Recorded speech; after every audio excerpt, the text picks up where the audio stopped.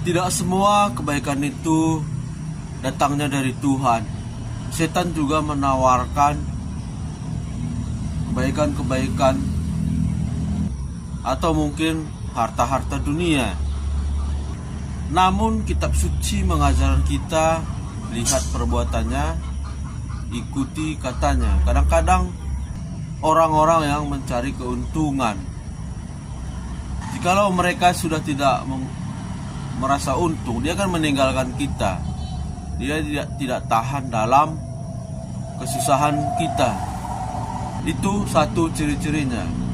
Satu lagi, lihat buahnya, hasil perbuatannya selama ini. Ciri-cirinya mendatangkan pertengkaran, perceraian, kehancuran. Itulah yang ada. Itulah buah